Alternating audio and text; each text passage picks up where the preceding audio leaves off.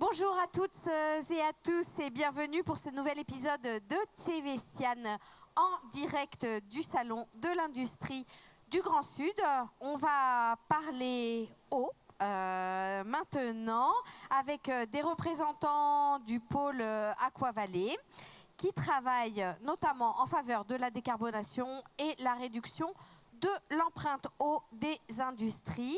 J'accueille donc Marie-Armelle Boris, dirigeante de Dralam Technologies et Perax et administratrice du pôle Aquavalais. À vos côtés, Pascal Pêche, responsable commercial de Sapoval, adhérent du pôle Aquavalais, et Yvan Kédage, directeur général de ce pôle qui regroupe les entreprises de la filière eau du territoire Occitanie. Une première question peut-être pour vous, Yvan Kédage. Qui est Aquavalais et quel est l'enjeu de structurer une filière régionale autour de l'eau ?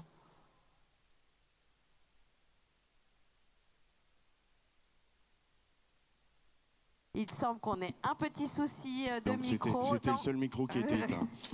Bonjour à toutes et à tous. Écoutez, merci Valérie. Alors Aquavalais, c'est un écosystème de spécialités sur les sujets de l'eau.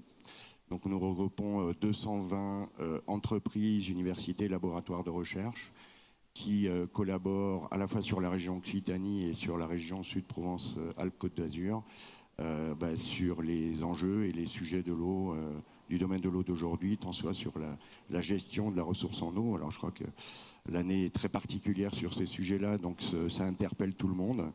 Je voudrais juste rappeler que dans la dynamique du pôle et par rapport aux enjeux que vous avez sollicités, on a 78% de l'activité économique au niveau mondial qui dépend directement ou indirectement du domaine de l'eau, dictent les Nations Unies, et que 90% des sujets d'adaptation au changement du climat sont des sujets liés au domaine de l'eau. Donc tout ce qui a trait notamment aux problématiques à la fois de gestion, d'économie de l'eau, que ce soit dans l'industrie ou dans l'ensemble des activités économiques, mais également de recyclage, de réutilisation de l'eau pour donner le plus de vie possible à l'eau que l'on utilise. Et tout ça, on le travaille dans notre écosystème, à la fois donc, entre les laboratoires de recherche et les entreprises dont vous avez de nos adhérents ici présents qui évoqueront bien mieux que moi les sujets. Combien d'adhérents aujourd'hui au sein du pôle ? 220. 220, donc près de 200 entreprises. Sur les 200 entreprises, 84% de TPE, de PME. Et aux côtés des entreprises de taille intermédiaire et les grandes entreprises du domaine de l'eau. Alors, on reviendra sur les questions du fonctionnement et de la manière dont vous travaillez ensemble. Je vous propose de prendre le micro, Marie-Armelle Boris. Vous êtes dirigeante, je le disais, d'une entreprise. Quelle est votre implication, et même de deux entreprises, quel est le lien finalement entre Dralam Technologies, Perax et l'eau ? Alors, Dralam Technologies est toujours d'ailleurs assez présent dans les laboratoires de recherche toulousains, donc où on accompagne les chercheurs pour piloter leurs innovations. Donc on était présent dans les laboratoires de recherche pour instrumenter leurs équipements dans ces laboratoires qui ont développé des membranes d'ultrafiltration. Donc il y a de très belles entreprises qui sont sorties de ces laboratoires et on a continué à les accompagner. Donc je pense à Aquasource qui est une filiale de Suez, Veolia maintenant, et surtout à Polymem, puisque Polymem est maintenant une start-up qui a réussi et qui est le seul producteur de membranes d'ultrafiltration français. Et donc nous, on continue à les accompagner sur à la fois leurs moyens de production et sur leurs équipements de production d'eau potable. Donc pour nous, on a une activité qui n'est pas directement, on n'est pas en contact directement avec l'eau, mais on a à peu près 60% de notre activité qui adresse des industriels du domaine de l'eau. Et c'est la raison pour laquelle nous, on a d'abord adhéré au cluster Water Sensor Membrane, et quand il a intégré Aquavalais, et dans le cadre aussi de projets européens, on a aussi intégré Aquavalais, quoi. Comment décririez-vous aujourd'hui la situation des industriels face à ces enjeux de l'eau ? À mon avis, les industriels face au problème de l'eau sont sûrement pas suffisamment sensibilisés. L'eau est méconnue et l'incidence du manque d'eau est vraiment méconnue. Et comme le disait Yvan tout à l'heure, le changement climatique, c'est d'abord un problème d'eau et on en parle relativement peu. On parle de décarbonation, mais l'eau est un vrai sujet. On l'a vu cet été avec les centrales nucléaires qui refroidissent leurs réacteurs avec l'eau de la Garonne, en l'occurrence là pour ce qui est de Golfech, avec des exigences en termes de température de rejet qui n'ont pas pu respecter. Donc on a un réel souci parce que l'énergie a une incidence directe. Mais je pense aussi à l'industrie agroalimentaire aussi, qui est un gros consommateur d'eau. Si l'eau manque, qu'allons-nous faire, quoi. Et je pense qu'il y a d'autres sujets dont on ne mesure pas encore l'ampleur, quoi. Alors, manque d'eau, et le lien est facile avec le traitement des eaux usées. Je vous propose de prendre le micro, Pascal Pech. Sapoval travaille directement dans la gestion du cycle de l'eau et propose des solutions pour le traitement des eaux usées. Quels sont les enjeux aujourd'hui pour vous ?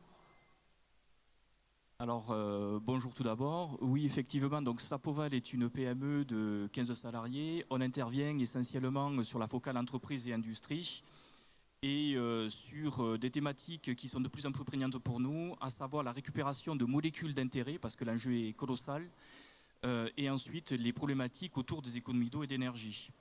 La première chose aujourd'hui pour les entreprises qu'on accompagne, puisqu'on est composé d'un bureau d'études, on fait des études de faisabilité pour les entreprises dans ces domaines-là également. On a des équipes travaux, on a des services R&D également. Globalement, l'enjeu pour les entreprises, il est important dans un modèle aujourd'hui qui est en contraction énergétique, contraction en termes de ressources. L'océan des possibilités qu'on n'a pas encore exploitées reste encore les eaux usées. On y est dessus. On a d'ailleurs l'origine de Sapoval, elle est là. C'était la récupération de molécules d'intérêt à l'origine. Vous étiez là puisque vous aviez vu le fondateur à l'époque. Absolument. Et l'enjeu pour les entreprises, c'est de leur faire comprendre aujourd'hui que le modèle qu'on a vécu jusqu'à aujourd'hui est en pleine contraction et qu'il convient de manière essentielle de se préoccuper aujourd'hui de ce qu'on a déjà et d'arriver à le valoriser, à le recycler, à le réutiliser. Et l'enjeu, il est là, déjà sur ce phénomène pédagogique et de compréhension. Alors aujourd'hui, on a des entreprises qui se posent des questions pour des raisons réglementaires, poussées par l'Adréal parfois, poussées par une volonté aussi parce qu'ils ont compris les phénomènes.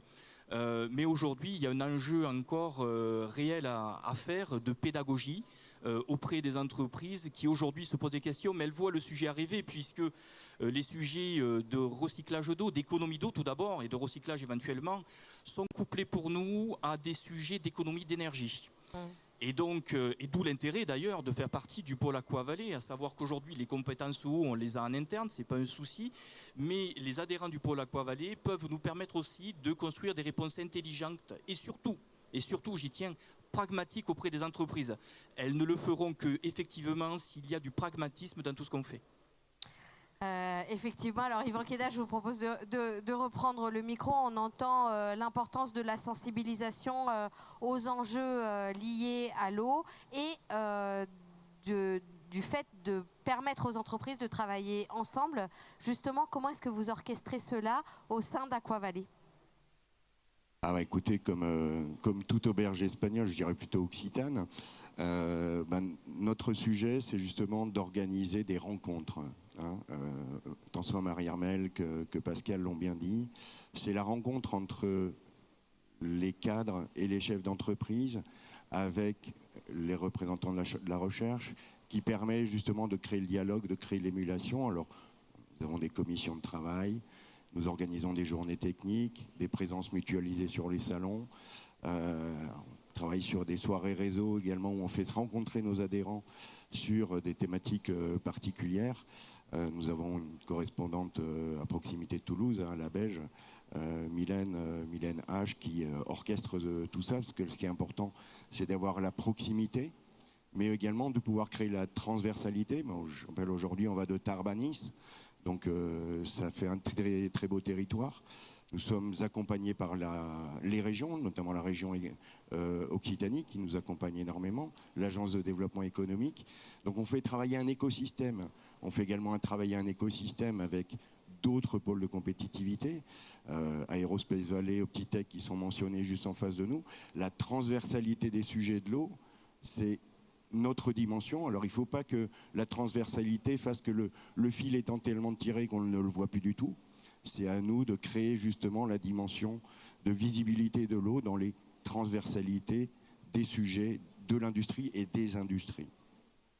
Est-ce que vous pouvez nous donner quelques exemples de travail que vous conduisez avec ces groupes d'acteurs que vous réunissez ? Alors, dans un groupe de réflexion, et puis qu'on a diligenté avec, qu'on est en train de conduire avec notamment les représentants d'Aerospace Valley, hein, pour nous mentionner. Alors, on va diverger des sujets purement industriels, mais sur l'utilisation de la donnée satellitale pour la gestion, la connaissance des ressources en eau et la maîtrise des risques. Et donc, on réfléchit à la mise en place d'une chaire industrielle. Parce qu'on a des forces de concentration à la fois sur les sujets de l'aéronautique qui sont connus, mais c'est l'occasion de préciser également que la région Occitanie est au niveau des dynamiques européennes de spécialisation intelligente la seule région européenne qui est reconnue pour avoir un domaine de spécialité sur le grand et le petit cycle de l'eau, c'est-à-dire sur tous les domaines, la transversalité de l'eau. On a des groupements d'intérêt scientifiques au niveau de l'Université de Toulouse, sont 16 tutelles qui réunissent 400 chercheurs dans les domaines de l'eau. À Montpellier, nous avons le Centre UNESCO sur l'eau, qui est à peu près la même dimension. Nous avons des forces qui sont à la fois scientifiques, un écosystème et industriel et économique de qualité composé de beaucoup de petites structures, entreprises, TPE, start-up qui sont innovantes. Il faut se faire croiser les innovations et ensemble aller, comme Pascal et Marie Armel l'ont bien présenté, passer le cran d'au-dessus. Aller ensemble là où tout seul on ne peut pas aller. Et là où tout seul on ne peut pas aller, il y a également l'export. Mais je pense que Marie Armel ou Pascal sont peut-être plus à même à en parler que moi. Alors, on peut évidemment parler d'international, puisque l'eau, par définition, n'appartient à personne. C'est un bien commun. Peut-être un conseil à donner aux entreprises qui sont présentes aujourd'hui sur ce salon. Qu'est-ce que vous leur diriez, notamment dans l'idée de construire l'usine du futur ? Comment réfléchir eau et usine du futur, Marie-Armelle Bory? Je pense qu'un des sujets importants dont on commence à en parler, mais que les industriels et les chercheurs portent depuis longtemps, c'est la réutilisation des eaux usées. Éviter Alors bon, je vais peut-être aussi te laisser la parole là-dessus. Voilà. Je pense que c'est un sujet important et on est quand même peu utilisateurs de ces eaux usées, retraitées bien évidemment, mais qui ne sont pas potables, mais qui permettent d'être utilisées dans un univers industriel. Donc un axe valorisation des eaux usées. On est aussi dans un contexte énergétique contraint, on le disait. Quid aussi d'une sobriété face à la ressource eau? Oui, alors il y a effectivement dans l'usine du futur la nécessité de tout piloter, de connaître ces usages et ces processus de façon à les optimiser, à éviter de limiter l'impact de l'eau et de l'énergie, et être sobre dans tout ça. Oui, ça fait partie des sujets. Est-ce que ce sont des enjeux que vous partagez aujourd'hui avec les laboratoires de recherche et en lien avec les entreprises, par exemple, au sein du pôle? Oui, bien sûr, oui. Ça fait partie des sujets qui sont partagés Je veux dire, on a fait une AG au mois de juin où ce sujet-là était au centre des débats, quoi. Pascal Pêche, de votre côté, un conseil aux entreprises présentes sur ce salon qui s'engagent vers l'industrie du futur. Comment penser l'eau ? Je crois qu'une partie de la réponse a déjà été donnée, à savoir que l'eau aujourd'hui est essentielle effectivement. On est en contraction, comme je le disais tout à l'heure, sur ces éléments-là. Mais globalement, aujourd'hui, on est capable d'apporter, avec les ressources aujourd'hui et la limitation d'utilisation des ressources, on est capable quand même d'apporter des réponses. On parlait d'économie d'eau et de recyclage d'eau. On parle de récupération de molécules d'intérêt. Pour information, je ne sais pas si vous l'avez vu, mais Sapoval a été dans un projet justement de récupération de molécules d'intérêt au sein du projet Tripir, dans les Pyrénées notamment. Et l'idée étant de mettre en place des précurseurs de molécules et de matières dites essentielles, polyester, polyutyrène, etc. Donc ça veut dire que les leviers, on les a. Maintenant, il faut que aujourd'hui, on comprenne bien que vraiment, on est en contraction globale. Si on regarde ce qui se passe aujourd'hui sur le sud de la France, on assiste à une salinisation des ressources en eau potable. Donc c'est quand même un souci majeur. Et je pense qu'en tant qu'entreprise, il faut bien prendre ce phénomène-là. Et de toute façon, je dirais que on commence à faire le pas, c'est-à-dire qu'aujourd'hui, on a des entreprises qui viennent nous voir pour commencer à se poser des questions. Et même si le sujet n'est pas encore mature chez elles, elles le font. C'est ça qu'il faut faire. C'est-à-dire que même si les solutions, on n'y est pas encore, je dirais, contraint, il faut quand même les imaginer parce que la réutilisation, je parle bien de réutilisation, de recyclage, qu'il soit matière, comme on l'a évoqué pour Sapoval à l'origine, ou qu'il soit eau, le sujet est là, il faut clairement le poser, il faut contrôler ce qu'on fait aussi. On a développé avec Dralam et Perax un système de contrôle de ce qui se passe aussi dans les entreprises pour les aider à réagir. Ça existe, on sait le faire. Mais maintenant, si on parle à proprement des ressources, les solutions sont là, elles existent. Il y a des solutions qui restent pragmatiques. Si j'ai un conseil à formuler pour les entreprises, c'est de commencer à se préoccuper justement des économies d'énergie. Je ne doute pas qu'elles le fassent puisqu'on y est en plein dedans. Mais les économies d'eau aujourd'hui, c'est le deuxième sujet aujourd'hui qu'il faut traiter. Et on sait traiter les deux à la fois, encore une fois. Puisque voilà, on a un centre hospitalier qui a fait appel à nos services.